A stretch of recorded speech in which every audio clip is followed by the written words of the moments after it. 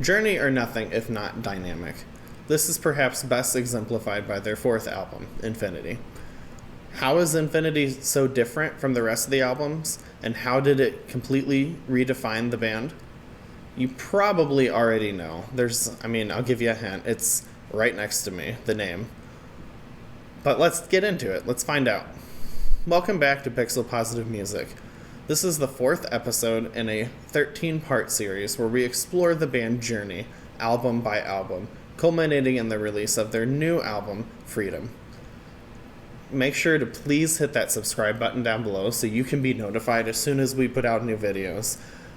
Pixel Positive Music strives to create a positive community where we can just talk about music and have fun doing it. The internet is so full of negativity and toxicity, and it doesn't have to be that way. So, let's get into the video. Infinity marked a major moment in the band's history, I think. Everything changed with this album.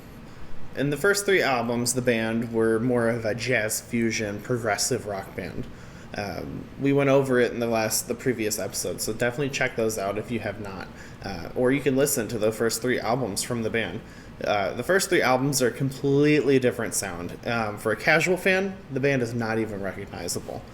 They were missing a major component, and that was a frontman. Greg Raleigh provided lead vocals on the first three albums, and he did a great job. I think Greg Raleigh was a great singer. He just wasn't a frontman. He was just a singer, and I think there is a difference. Everything changed with Infinity. The band began seeking out a lead singer to actually front the band, and initially they arrived with Robert Fleischman. He toured with them during the next tour, but he didn't work out in the end. And they found a very little well-known singer known as Steve Perry. Yeah, you know Steve Perry. We all know Steve Perry. Any Journey fan knows Steve Perry. Steve Perry completely changed this band. And while Steve Perry is not in the band anymore, and while his exit was full of controversy, it is absolutely impossible to deny the impact that Steve Perry had on this band. So it all started with the Infinity album. Upon first listen, this album immediately sounds different. Our opening track is Lights, which is a massive hit. This was one of Journey's first hits. It's a radio hit. It's a live hit. I mean, everyone knows Lights. The song was written about San Francisco. It's pretty obvious by the lyrics in the chorus. The lights go down on the city by the bay. Lights was the opening track, which something I've noticed as I've done this series and I've started to really dig into these albums. Journey usually delivers pretty strongly with the opening track. They really want to leave a strong first impression on that album listener, and it absolutely works here. I mean, we get just a strong radio-friendly song with catchy choruses. I mean, it's like a completely different band. Perry brings so much energy into this band. It's absolutely crazy. Steve Perry really emulates singer Sam Cooke in his vocal style. And as a result of Steve Perry joining the band, Greg Raleigh vocally takes a bit of a backseat. He provides backing vocals, and he still does some lead, but really Steve Perry is front and center here. I think that this was the first album where we started seeing hits from the band. We've got a couple of hits on this album, and from here on, basically to the end, we get hits on every album. So, I mean, this was really the start of Journey's commercial era, though not quite. I would say this is more of a precursor to the full commercial era of the 1980s. We'll get to that in a future video. Something notable about this album, the track sequencing is absolutely phenomenal. You get an absolutely killer sequence of tracks in the middle. I think the 1, 2, 3 punch of La Doo Da, Patiently, and Wheel in the Sky all right in a row, just back to back. I think it's one of the best 3-track runs in music. I mean, it's incredible. You get the punchy and energetic and frenetic La Doo Da that is just such a fun song, and it's a song that the band still loves to play live. And then you get the beautiful ballad, Patiently, which to my knowledge is the first song that Steve Perry sang with the band. Patiently is, it's a beautiful track. I think it's one of their first major ballads.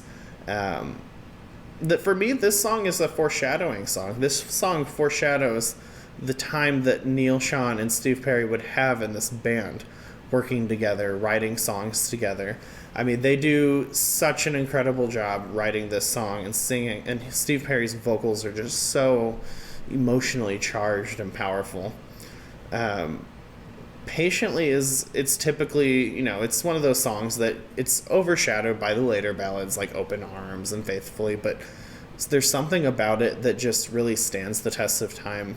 And knowing how the band would end up, knowing how things would end up with Steve Perry's time in the band, with him leaving and everything else, Patiently just hits harder, I think, and differently now. I would imagine it hits a lot differently for people who have been around since that song originally came out and have been fans of this band since their heyday. I mean, it's such a powerful song. And then, of course, Wheel in the Sky is another absolute smashing hit. Everyone knows Wheel in the Sky. It's another radio staple. It's very popular in the live shows. It's a song that the band has never let go. This song was actually originally sang by Robert Fleischman before Steve Perry joined, but Steve Perry just absolutely kills it on this song. So for our lineup on this album, we had Steve Perry, Neil Schon, Greg Rowley, Ainsley Dunbar, and Ross Valerie. So pretty much the same lineup as before, with the very notable addition of Steve Perry. This would be the only album with this lineup, because Ainsley Dunbar would leave the band after this album. So we got a few standout tracks here. I already talked about Lights. Feeling That Way is a classic Journey song from this era. It's a duet between Greg Rowley and Steve Perry. Their vocals just contrast so incredibly well. It's something that I really noticed too, is that we get some duets in this era of the band. This album and the next couple albums, when Perry and Rowley are in the band together. We lost that after Greg Rowley left, and it is a massive shame. You'll see in the next couple videos I talk about this again, because it just really struck me. Greg Rowley and Steve Perry just duet so well together. I think it's an unrealized corner of the band, like this song style. It's a shame we don't get these types of duets anymore. Feeling That Way is just really great. And then we have Anytime, another duet between Rowley and Perry. They just sound so good together. Anytime has just a simple refrain. Ooh, anytime that you need me. Ooh, anytime that you want me to. But it's just so catchy. It works. And it shows off the new sound of this band. Their music is catchy. Their lyrics are very singable. But they're still powerful. They still really show off their musicianship on almost every track. And then I already talked about Patiently and Wheel in the Sky, two other standout tracks. And then for me, the final standout track on this album is one of my favorite Journey tracks. It's an underrated gem. The Winds of March is such a bombastic, progressive powerhouse of a song. I mean, this is a song that if you dive deep into a band's catalog, this is one of those rewards that you get. Because if you casually listen to Journey, you're eating well, you're listening to great music, but you are going to miss out on tracks like Winds of March. Bands reward fans who dive into the catalog. They just do. You always find these gems that are just so phenomenal. And Winds of March is... it has incredible lyrics. It has incredible music. It's a really great blend of their earlier sound, that proggy sound, and their more commercial area. We get amazing guitar playing, amazing keys. I mean, this is just an incredible song. I really wish the band would bring this one back into their live set. I'm sure they've played it a few times over the years since this album, but I cannot really overstate how good of a song Winds of March is. So if you have not listened to the track Winds of March by Journey, go check it out right now. On a sidebar, too, it's notable that some of these tracks, such as Feeling That Way and Anytime, were recently resurrected by Neil Schon when he formed his little spin-off band, Journey Through Time, with Greg Raleigh and some other people.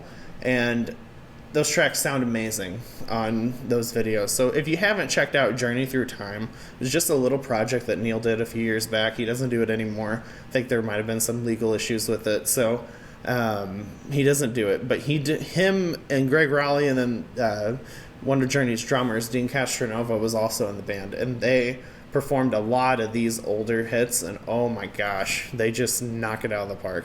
So definitely go check out Journey Through Time if you haven't. So, I mean, what do you guys think of Infinity? I think Infinity is one of Journey's greatest albums by far.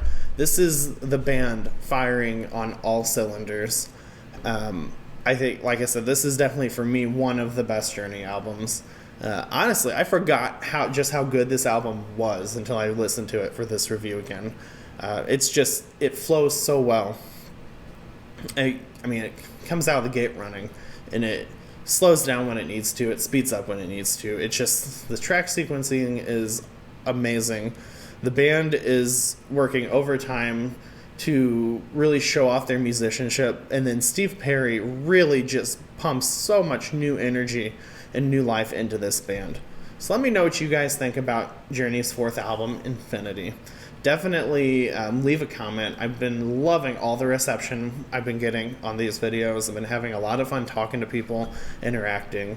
I've got some reviews up of all their newer tracks. I think I'm going to do a review of the first single from Freedom, The Way We Used to Be. I hadn't started my channel when that one came out, so I think I'm going to do a review on that one before we get Freedom. And then the next video after this will be album number 5, Evolution, which I think is a good album, but I think it's a little bit of a step back from Infinity. So if you guys haven't, please subscribe. I'm trying really hard here to build a community where we can just come together and just have fun talking about the music that we love. The internet is so toxic. There's so much negativity, but it doesn't have to be that way. We can come together and just have fun conversations about this music. I'm a lot younger than the typical fan base, I think, for music like this, but I love music. I appreciate it, and I want to preserve it. I don't want this kind of discussion to be lost. And I think there's some real value that comes from just sitting down and listening to an album and talking about it. So, like I said, if you guys like Journey, or you just want to be part of an awesome community where we just talk about great music, hit that subscribe button so you can be notified when we get new videos out. Definitely like it, and I will see you guys in the next video.